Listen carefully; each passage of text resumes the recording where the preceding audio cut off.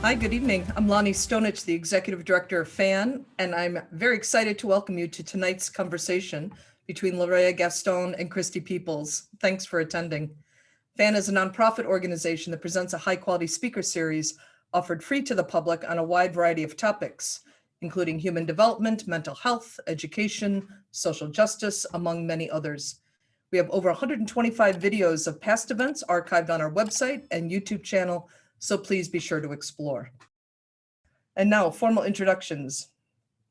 LaRayia Gaston is an activist, a former model, an actress, and founder of the incredible nonprofit Lunch on Me, an organization dedicated to bringing organic, healthy food and holistic healing to those experiencing homelessness.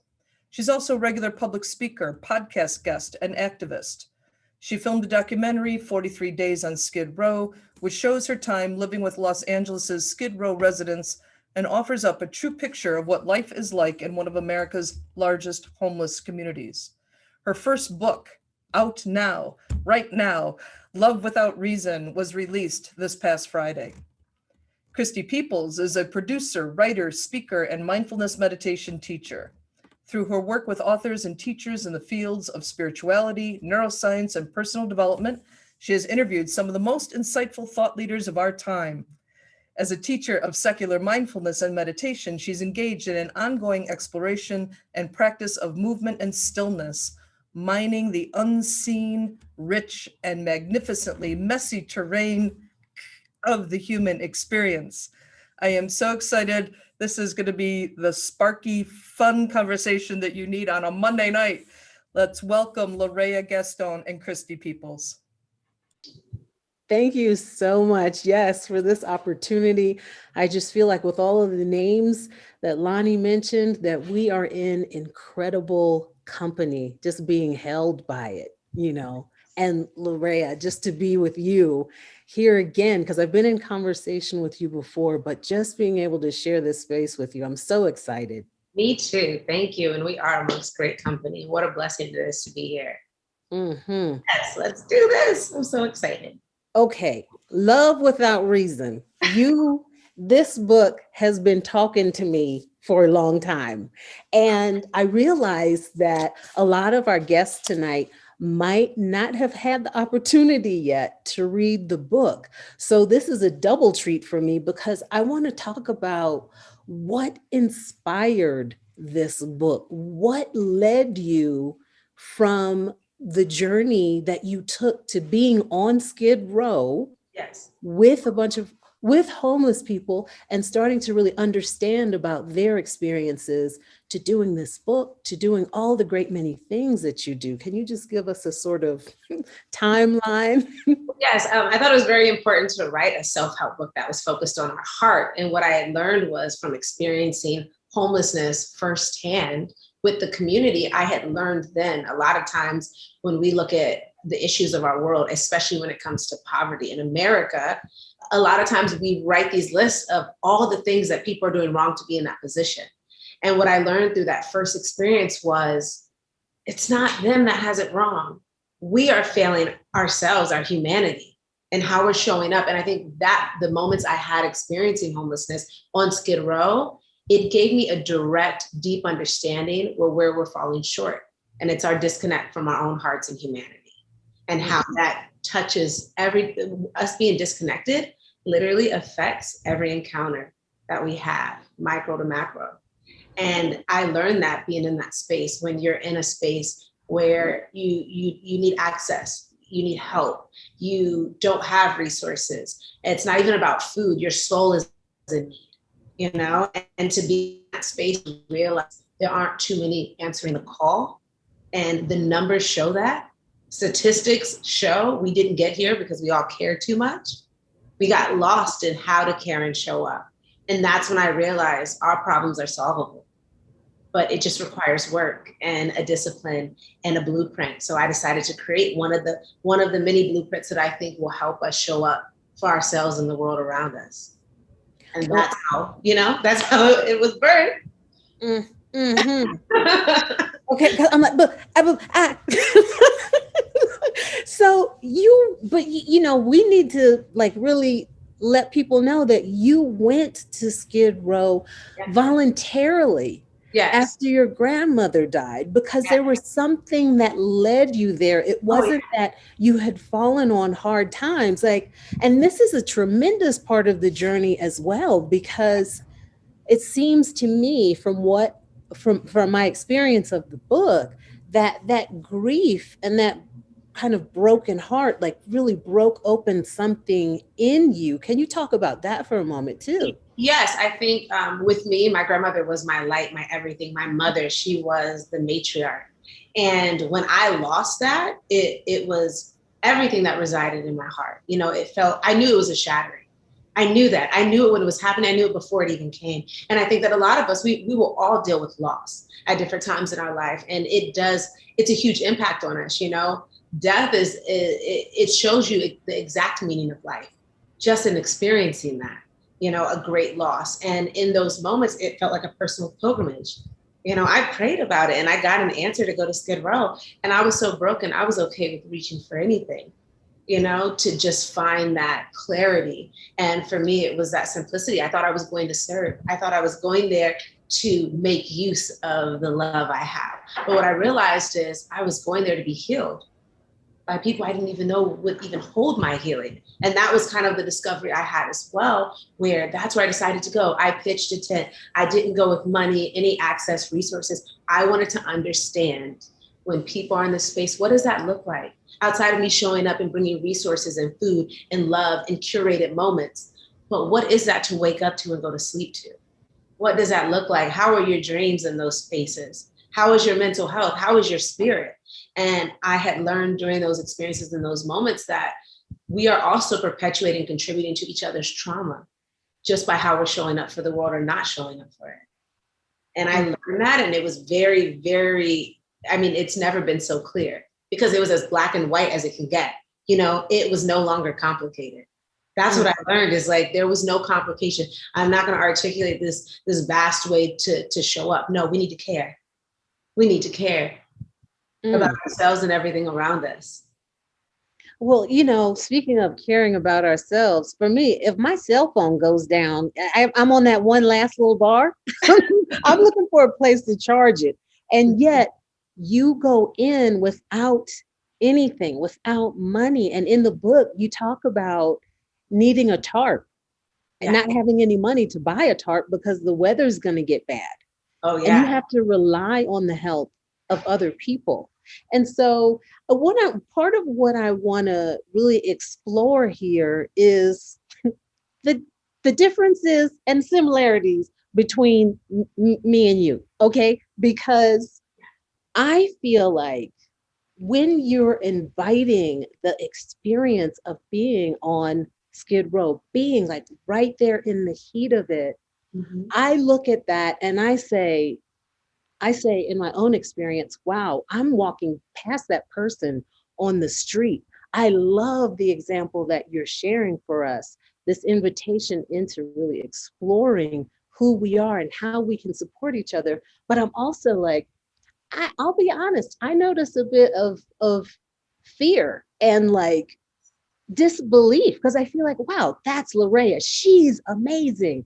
But then, you know, I'm just kind of every day, I've got my responsibilities. I need my phone. I need my, you know, my special kind of tea every morning. Like, what do you say to people who feel like, oh, that's just LaRayia. She's special. She had a mission, versus like looking at our own lives and thinking about, you know, where we can kind of get in with this spirit of generosity and love toward others. Yeah, one thing I wouldn't even attribute anything to special. I think it just has to do with how we're showing up daily. It's not a special thing, because there is the only difference between me and someone else is the fact that I'm being intentional in the space, or I'm reframing the ideas of how I show up for life. That's something that anyone can do. So to step into that, it's easy to see what it becomes. But what we have to recognize is we are all connected to that. The goal is for us to get there collectively. You know, there's no one person that can solve these problems. And this is more of a rallying call and invitation for all of us to step up, to elevate. And those thoughts that you had, one of the things I talk about specifically, because this is a self-help book that's all about growing and changing and implementing new things in our day. It's the fact that we tell ourselves that, right? We tell ourselves, I need this, I need that. Yes. So we don't leave room for what could be or what might not need to be. So many things are rooted in our habits. That's what's innate to us. It's anything that's practiced becomes a habit, then a practice habit becomes innate. And that innate thing is what you identify with. So it's only that innate to you because that's what you've practiced for so long. When do we take a moment to say, let's reframe, let's try something different? Unless you're happy with the state of the world. It's one of those things that we all have to ask ourselves. And this is a very deep question that I think every single person needs to do is, are you happy with the way the world is as it is? Do you feel like you wouldn't change anything? And 90% of the people I know have a list of all the things they would change. But I think it starts with how we're showing up for the world. Because no one person, again, can do this by themselves, but collectively, I look at it like a potluck. No one should be in charge of the feast. But if everyone brings a dish, what do we have? What is on the table at that point? And that's when the abundance happens. And I think that's how we have to connect to it being very tangible and realistic. It's not about one grand moment to redirect and change our lives, but what are we doing daily? Because there's so many missed opportunities. And it's because we're not looking and we haven't trained ourselves to look and see what's in front of us. Well, one of the things that you share, I don't have to tell you, what you share, but I'm going to say it for the people.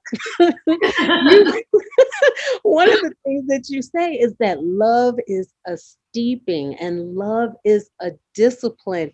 And let me tell you, in this book, LaRayia has a series of heart work exercises. And so these are really inquiries that turn us back in so that we can reflect the light on our own hearts, on our own selves, on what we're doing and what we can do better or differently. And so as I'm going through this book and I raise my objections, LaRayia, Yeah. you seem to be like speaking to me right in the pages because you answer the question like, well, there's something that you can do from right where you are. You don't even have to leave your home. You can do, you can do this thing or the next level thing or even the next level thing. Everybody doesn't have to go out to Skid Row. But can you talk a little bit about your intention with these heart work practices and how they can step us into that discipline of living from the center? Yes, I believe a discipline, anything that you want to do in life, whether it's a higher education, sports, anything that you want to perfect, it is a discipline. It's something that you have to implement and practice daily. And the whole idea and concept of this is it starts with training to look where the opportunities are. And that's why the heart work exercises are so important, because we have to get reconnected to our hearts. The world and society does not support that space, and we have to recognize the influence that an infrastructure of our world, how it's taxing our soul, how it's separating us from our hearts, and we're identifying with the separation. And so these heart work exercises that I created were really focused on being so intentional with our thoughts, our mind, our energy towards whatever it is. And it's tangible things. That's the biggest thing about this book to me that I thought was so important is a lot of times we all understand spiritual jargon. We all understand all these contexts. We don't always know how to implement them. And that to me was the most important part. It wasn't to make a complex book. It was to make a tangible book that made sense with everyone's daily life, where you don't have to change. You can still do whatever you do in life, reach for whatever goal, success, children, but still find the missed opportunities that are in your daily walk by not having a discipline yielding towards love. And that to me is the most important part is we're going to go up and down oceans because life is going to teach us and bring so many things in our world. But what's important is no matter where you land, you have to have a roadmap back to your heart, back to love. That needs to always be the center and core of where we're going. And add into our days, encounters, One of the things I talk about is super simple that I do. That's literally one of my favorite things. If I'm at a coffee shop, I always look at the person behind me and I'm like, can you put your order on my order? Because I want to buy you coffee. I do that everywhere I go. And it's something so simple. I'm already in line. It took 30 more seconds and $5 more. But the empowerment energetically, any person behind me that just gets that moment, it's a surprise, it's a miracle. You know, I don't make light of miracles because it's something unseen that you encounter. That's a blessing to you that you didn't earn, that you knew, you were just existing. So to me, I look at those as our micro gestures. Those are miracles. They're curated miracles. We're deciding to be different towards each other, to honor whoever's in your space and do that with goodness. And those are very tangible, easy things to do.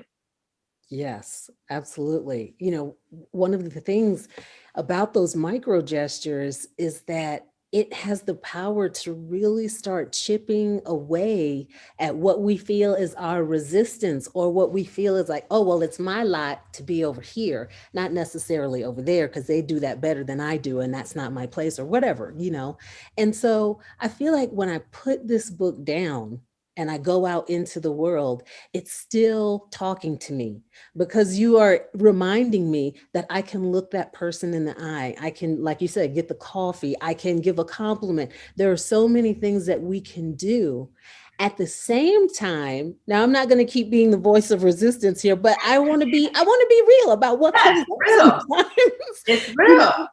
Yeah, because, you know, love is defined by so many people differently. And I'm going to ask you your definition of love. But I want to say first that when I think about living from a heart of love, I immediately think about the vulnerability. I think about the fear of exposing myself and maybe not having that be received so well. I think about my fear of rejection, or if I try to connect to this person, maybe they'll want to take something from me, or maybe, you know, it won't be received in a way that I intended it to be. Yeah. And yet you come back again and again and again. Well, here's how you can do that. I'm like, LaRayia, no, but Yes. you don't understand. But I do. But you do, yes. And when I simplify that, when I think about that, every time you tell yourself that, I think of this quote that says, "I've built walls so tall that I can't even climb them." All those things are creating walls. Yeah. Of course, we can articulate, think anything. I mean, we are past even the era of information. So we can have an excuse, a reason, and have a legit reason, and it be eloquent, it makes sense. But does it contribute to your happiness? You know, and when I think about that, I think of one thing only. Are we operating from the place of scarcity or abundance? Mm-hmm. Which one contributes to your happiness? Which one, you know, no matter what it is. And of course, when you said sometimes our love will not be used in the way we'd only hope. But that's also why we have to be detached from that idea or that expectation. I don't think that you give love, like when you asked about my definition, when I look at my definition, when I hold love in my hands, it's love without reason. Because what that means to me and where that came from is giving love with no attachment to the outcome, but for love's sake and nothing else. And that is my definition. And to me, of course, love is the most talked about, thought about thing in the world, and yet not many people hold it. I want it to be able to hold it. And when I hold it, and when I think of that definition being detached from it, the outcome, and giving because you have love to give and it needs a place to go. And I always think of that space is, should I just let it be dormant within me? Or should I let it vibrate and reach out to other people? So of course, it's not always going to be used in the way that you'd want. Mm-hmm. But is that the reason to withhold? To withhold is to perish. So is that the reason to withhold? So we have to ask ourselves what contributes to what our expression truly is. And I think that we're meant to be loving. We're meant to show up in life. And it is scary. Do it anyway. We're only scared because we're attached to the outcome. But if you look at your heart as resilient and not fragile, then you'll be empowered to express it regardless of the outcome. It's very important that we sit in a space where love is empowered. I don't treat my heart like it's fragile, like, oh, it's going to break. No, I'm in tune with it. You know, it's reactive, it's alive, it's moving, but it's nowhere near unempowered. And that empower is, we are an expression of love. It's, I have a place for this love to go. And sometimes it'll be held, sometimes it'll be dropped. I still allowed that to shine through. that doesn't matter.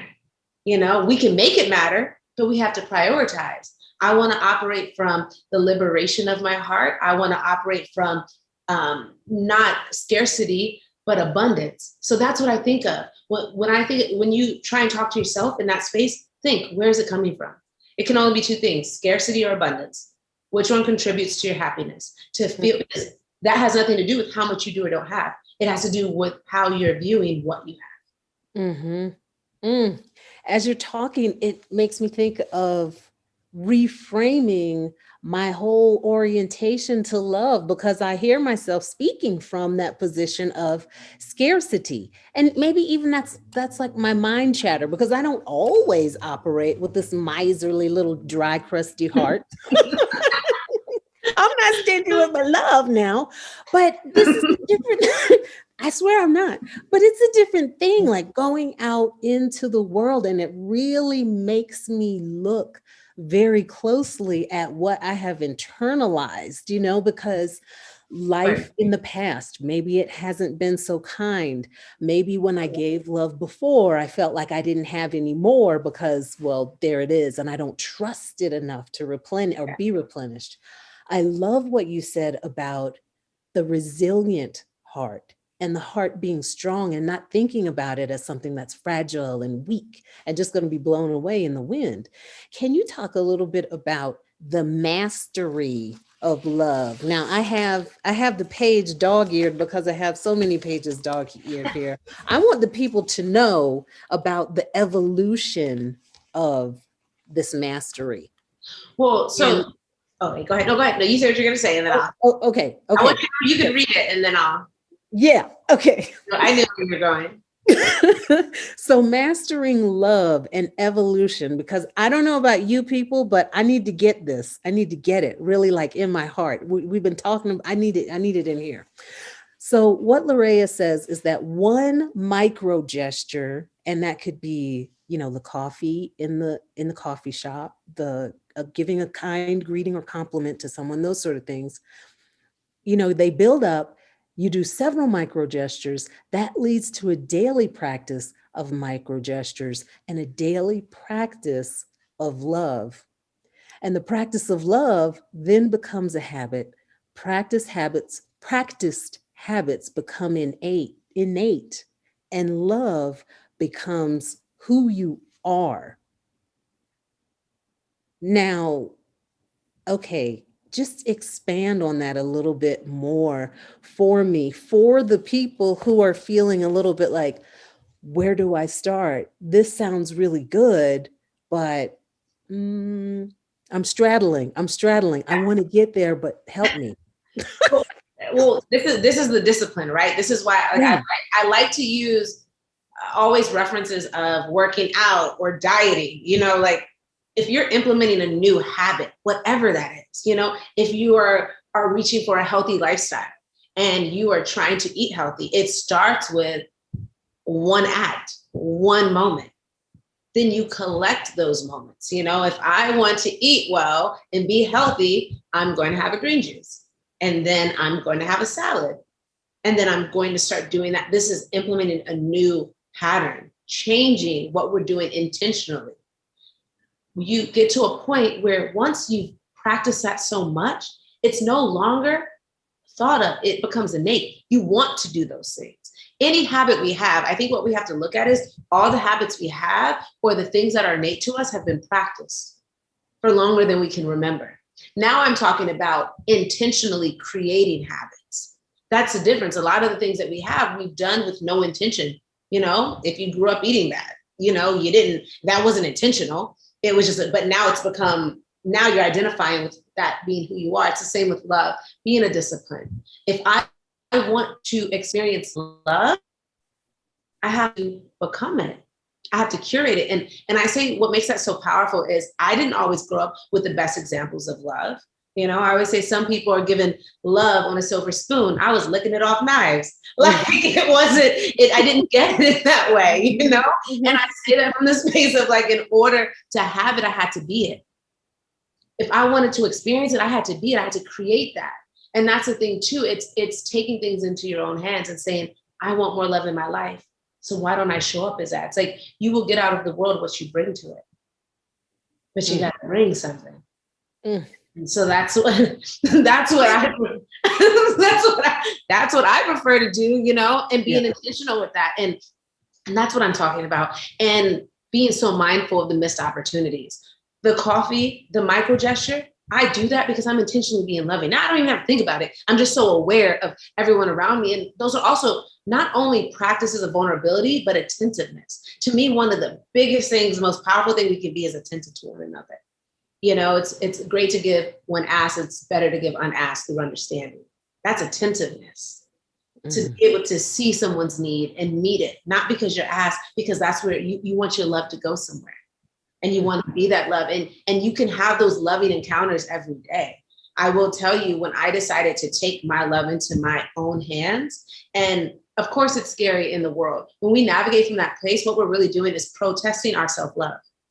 It's a protest every time, because I'm not going to show up in the world in the way the world wanted me to be, or what's supporting my separation from self. I'm not going to do that. So sometimes you even have to look at it from that place. It's like, this is my protest. Self-love is my protest. And it's how I walk and how I show up for not just me, everyone. And this work is so important for all of us because everyone benefits from it. You don't do this work with the motivation of someone else. You do it because you want to become better. And then everything you touch becomes better. Everything you interact with becomes better. And that's why this work is so important. That's why self-work, doing this is vital for us to grow. Because if not, we're just going to be a product of our experiences. And the state of the world has shown us that's not the best place to be. You know, the majority isn't in that space. So we have to do something different. Well, you also use a lot of statistics too about how loneliness, separation, depression, anxiety is at just peak levels right now. Oh, yeah, yeah. That was important to me.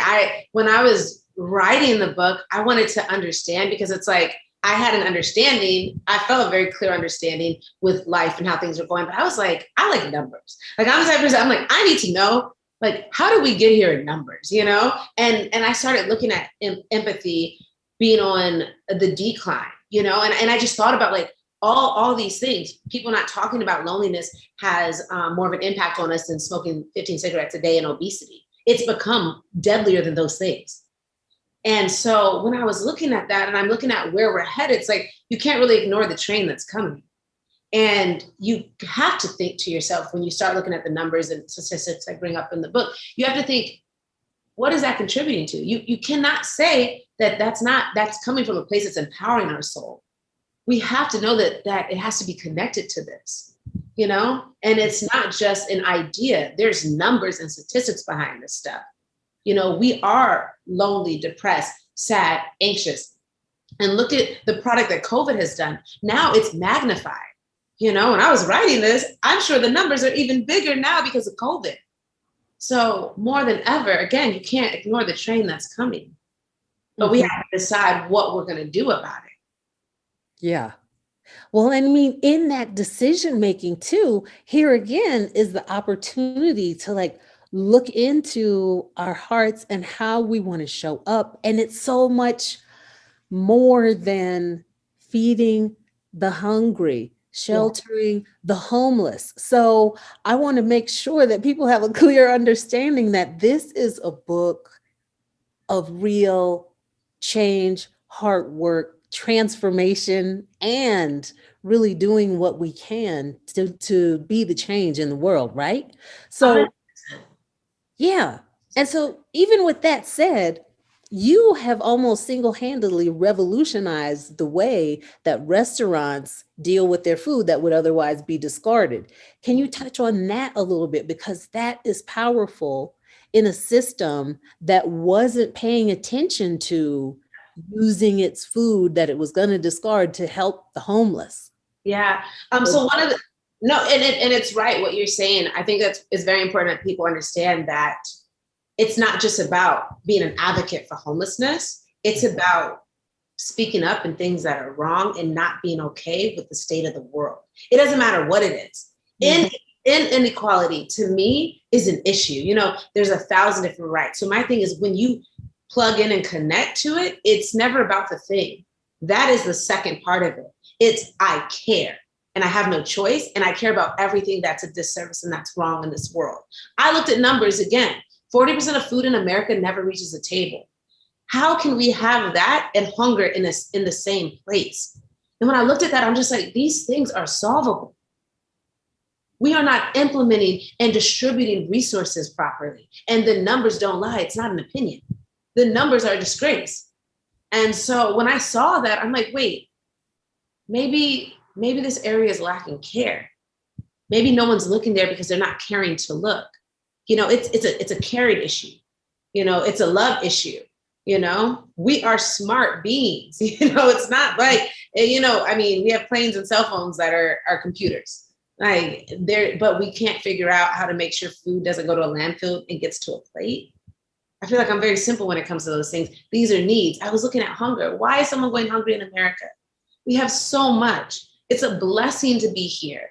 It is, with all the crazy things that are happening, when you think about resources and the things that we have and the places we are progressive, we can do so much, but we're not. We're not doing enough with what we have. We're not working with what we have. We're wasting. And that's why I saw that as a need. To me, it's anything that's needed. You know, I think a lot of times people think I only care about this. No, I care about everything, even from the type of food we give. That's quality of life. Like I care. And this is all about caring. And these are things we can solve. So that's why I created Lunch on Me, these programs. That's why I was busting down doors to say, why are you guys throwing away food? People are hungry. And now with COVID, we went from 16% of America was going hungry to 25%. Like these numbers are only getting worse. And these are things we have to talk about. And we can't look at it from the space of, if it's not happening at my door, there will be no problem that doesn't reach your door. With the state that we're going, there's not going to be anything that you're not affected by. And we should probably address the train before it hits us. Right. And so in that process of making us aware of these numbers, let me know how you're feeling about the response that corporate America has kind of shown you. Like when you went to them and said, why are you doing this? Why are you not doing better about this? This is America. What kind of response did you get initially? I had so much resistance. I was so beat up.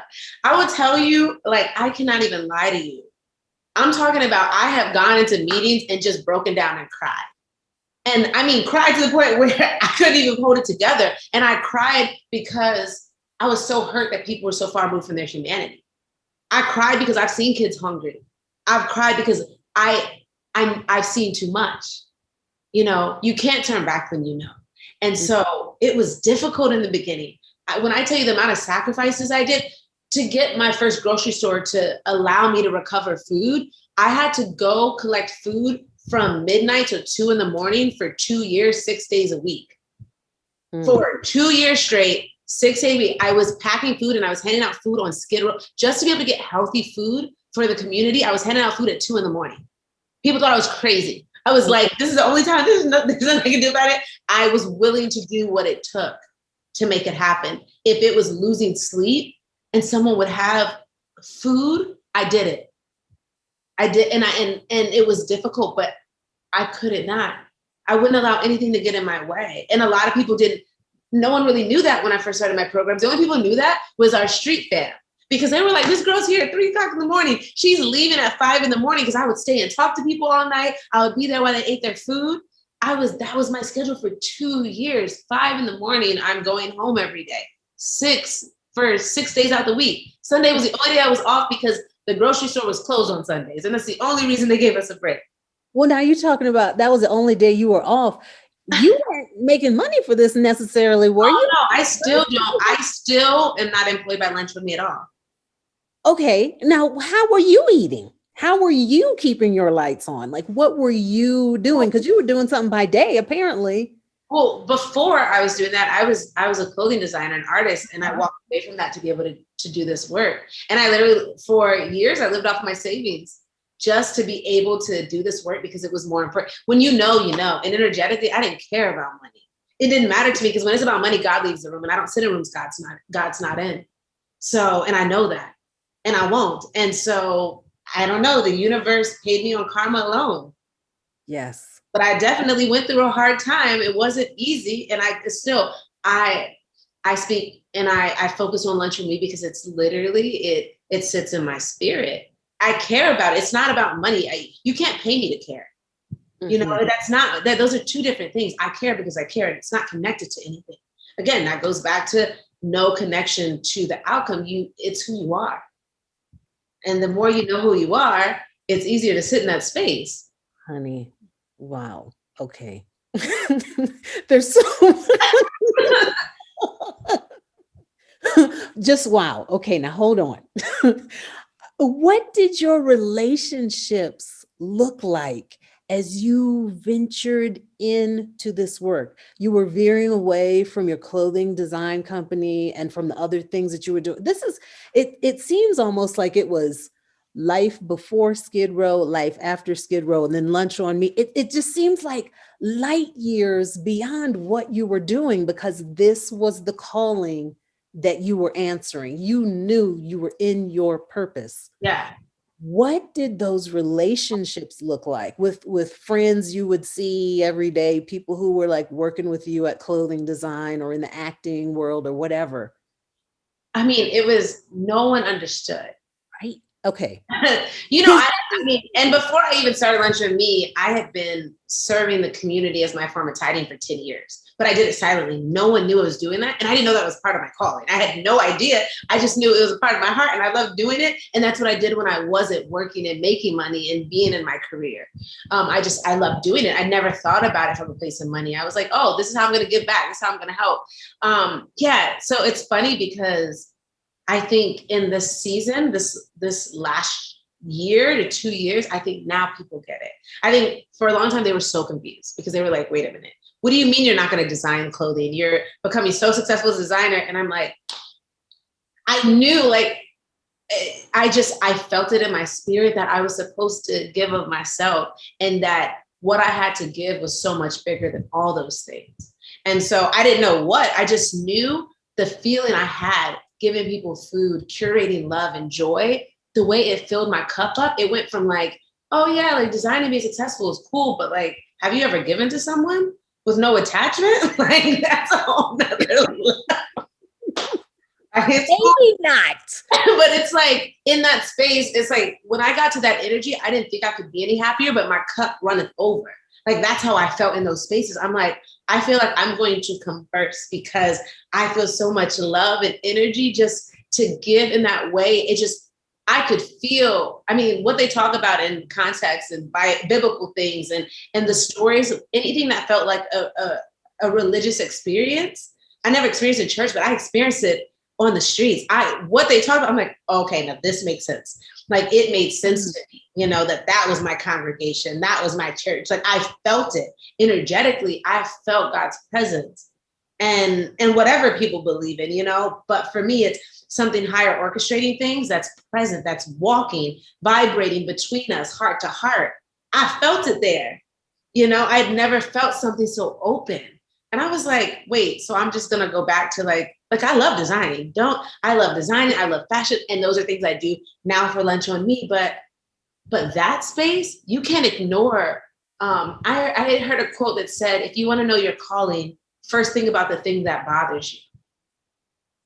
And I believe that, the things that you're unsettled about. And I've always been unsettled about people going hungry, people not having love. Like that's always made me feel very uncomfortable.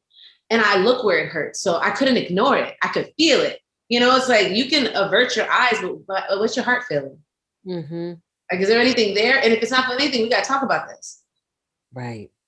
You know, one of the things that happens being in conversation with you is that I feel you just standing there at the door waiting for me to come out. Like you just drawing people out of themselves into this new experience of being present in their lives and getting on with it, because this is very serious. It feels like what you're sharing is like, this is what it is right now, people. And there are as many different ways as there are people. to get at your purpose and to do it. You just laid it out right there. And so what about that knowing? Can you share with us, like, say, for example, people who are on this call right now, who are like, that sounds really good, but okay, that kind of charity isn't necessarily my thing. I'm still looking for my passion. I'm not sure. I've got a few ideas. What do you say to them? I say that if you care about being loving, then don't be attached to where you're putting your love. Put it everywhere.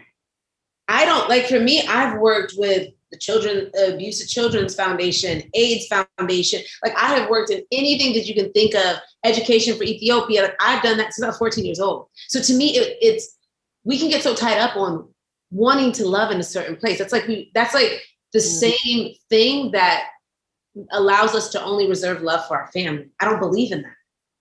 It's the same thing. It's still this restriction. It shouldn't be. It should be anything that's inequality. Start anywhere. You know what I mean? It doesn't matter. But when you get so tapped into your heart, you just want things to be right.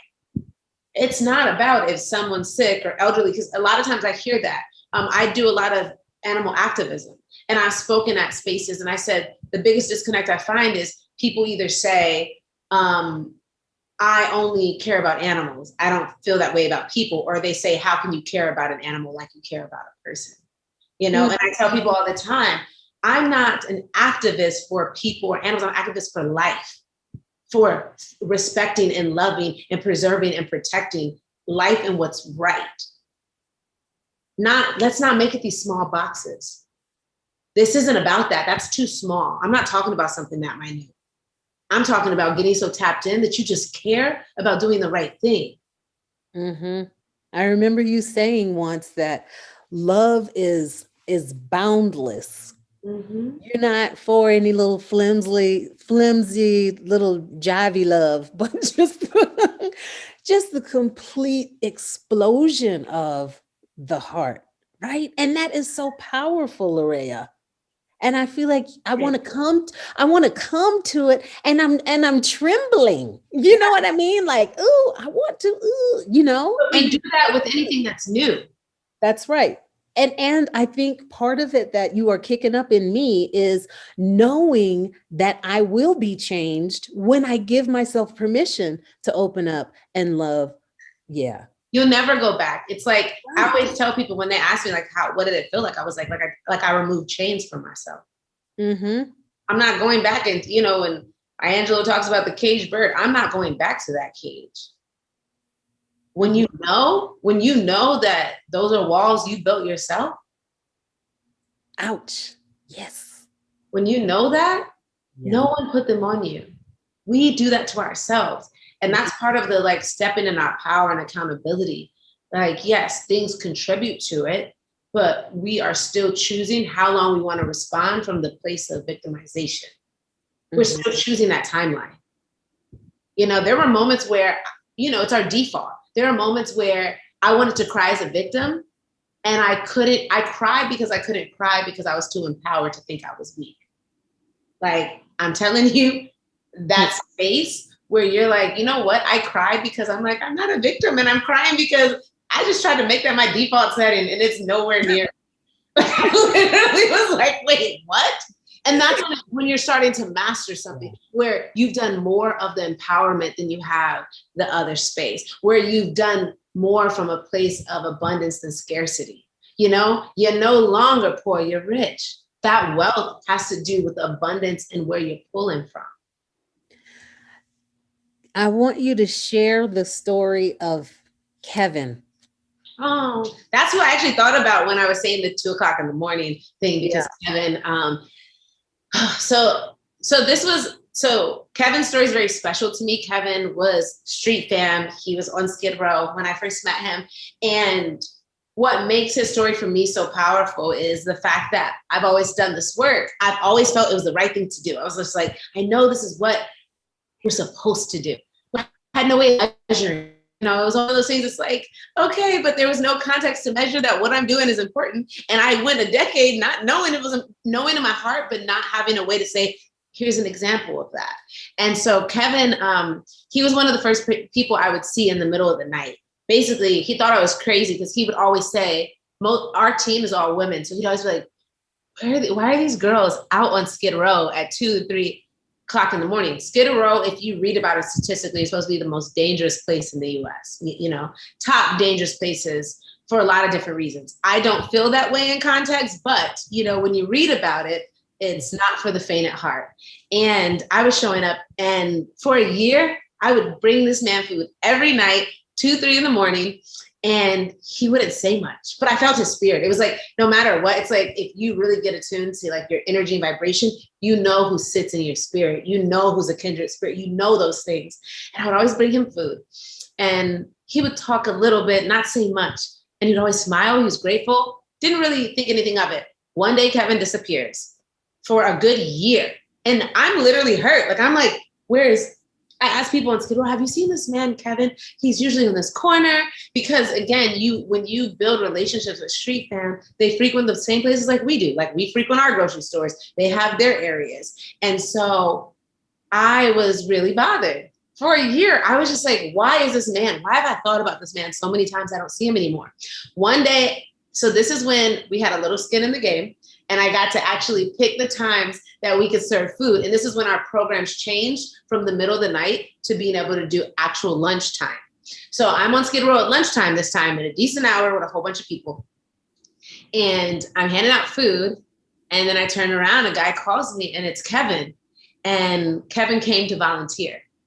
And he got his life together. He actually, because of what we were doing with the food, he went and started taking culinary programs because he wanted to be able to help.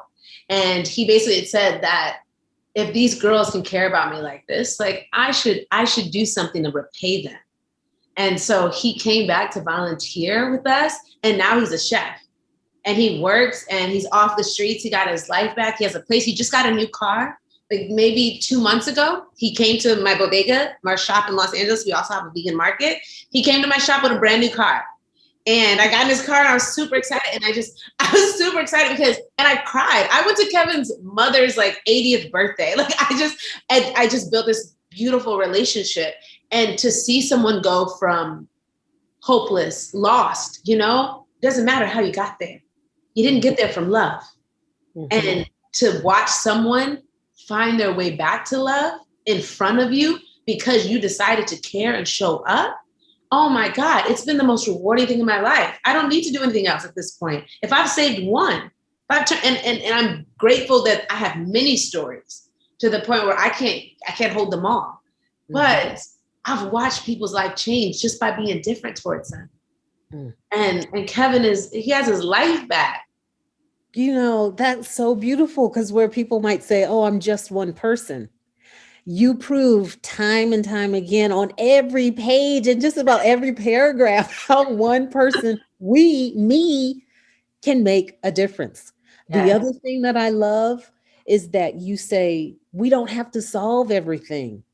We don't have to solve the issues, because it can be overwhelming going into our purpose, going into giving, going into loving, or addressing the issues, right?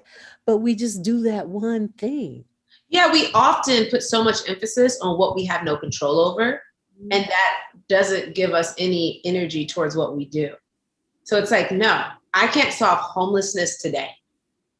I can't solve hunger today, but I can feed Kevin. I can feed Miss Brenda. I can feed Scotty. I can feed the people in my area and within my real estate, who the people that I know. It's not about solving the problems of the world. Numbers are overwhelming. Don't look at the magnitude. I tell people all the time, don't even create a list of complaints. Think about what you're contributing. The only question we need to ask is like, how am I contributing? Mm-hmm. That's it. Yeah. And that is the one central question that we keep going back and back to. And I find myself answering that in so many different ways. When I pull up to the stop sign and I see the homeless person there, when I maybe cut somebody off in a conversation, because maybe I'm not ready to hear a certain thing or leave with a little bit of a rift in my relationship, I think about LaRayia telling me about the microaggressions that I can employ in that moment. I mean, this is a real blueprint, LaRayia. And I'm looking at the book as I'm as I'm talking. I see you. You just see me looking down, but I'm looking at this and just thinking about just how instructional it is. And also, I've been bringing up a few points of like resistance or fear or whatever, but there's also a tremendous amount of insight and opening that's happening as I'm being with this book too. So I want to thank you for that. This is a tremendous work of art, I will say. Art meaning like, getting in there, refining and being with it and creating something beautiful, which is what you have done for us. Thank you. Yeah. And so I know Lonnie is going to come back in. Here she is. All right. Here I am. Because I can keep going here because Well, you have another hour, so you still have after hours, so we'll see you there. And to that point, Christy, hold that book up one more time. So we've been putting in links in chat to get a copy from the book stall. You'll get a link from the book stall to do a quick 2-question registration to come to after hours. Do come join us. It's obviously clearly going to be even livelier than this webinar because everybody's cameras will be on and people can pose their own questions. So there's one question that's been posed during the event, and then I do want to tease out a couple details just so folks understand. So LaRayia, we'll call this a little bit of a lightning round. So tell people, what is LaRayya's Bodega? And go. So LaRayya's Bodega, it's the first organic vegan 99-cent store. 75% of our store is literally $1. The highest price point is $5. I wanted to combat access to healthy food as well. So I say that we're the high-end version we are the Goodwill of food, but in a really cool, trendy, fun way. Okay, good. And how many locations do you have bodegas? And where are you planning on expanding? Are you a nationwide mogul? Tell us about it. That is my goal, to have a bodega in every city. I have one in Los Angeles now, and we also have an event-based yoga studio. We also do affordable yoga. Our yoga classes, Reiki and breathwork, are also $5. And it's hour-long sessions. We are opening our second bodega in Atlanta. I'm in Atlanta, Georgia right now, looking for our second location. The plan is to have one in every major city. Well, we'll look for it in Chicago. We'll be waiting to hear. Make sure you let us know. I want to make it to Chicago. I definitely do want a bodega there. Now, for the nonprofit Lunch on Me, about how many meals a month do you distribute? And then I know that you do kind of like a monthly kind of party in a way, a daytime, and with tons of volunteers. Can you tell us a little bit about those two things? Yeah, so we distribute 10,000 free meals a month. We're planning to expand that in Atlanta. That's why we're here now, to expand that. Hopefully within the next year and a half, we'll be at 20,000 meals. 10,000 in Atlanta, 10,000 in Los Angeles. So yeah, our Love Without Reason block parties are the best. When I say this is the part that I'm just in it for the parties, okay? Because the parties are so fun. We always offer mind, body, spirit wellness, from free yoga, Reiki, breath work. We do plant-based vegan food with top chefs from all over. And basically it's a party, a curated love experience. We bring out manicurists, hairstylists, and it's all free services for anyone that needs it. And we also have an initiative that we just launched. It's called Soulmates, and we give out free shoes to kids starting school. So that's our latest initiative, Soulmates. And so that's going to be the next thing that we will be also implementing in Atlanta. Okay, I'm going to pose, you had a question here from Maureen, so let me get her question, and then I think I might squeeze in one more. So Maureen says, I really appreciate this beautiful conversation. I'm sure everyone did.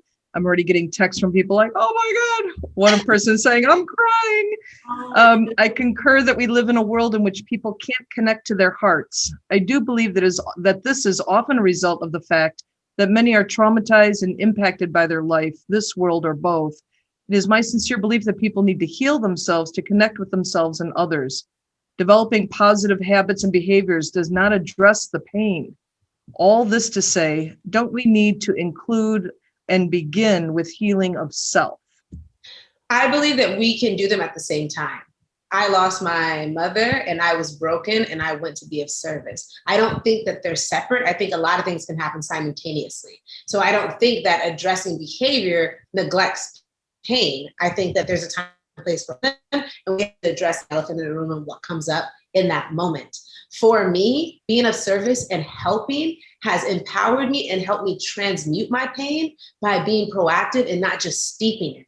It's easy to go into a dark room and be depressed. How are you going to smile if you reclude to those spaces? What I have found, even when people are dealing with pain, PTSD, depression, the first thing I tell them is come serve.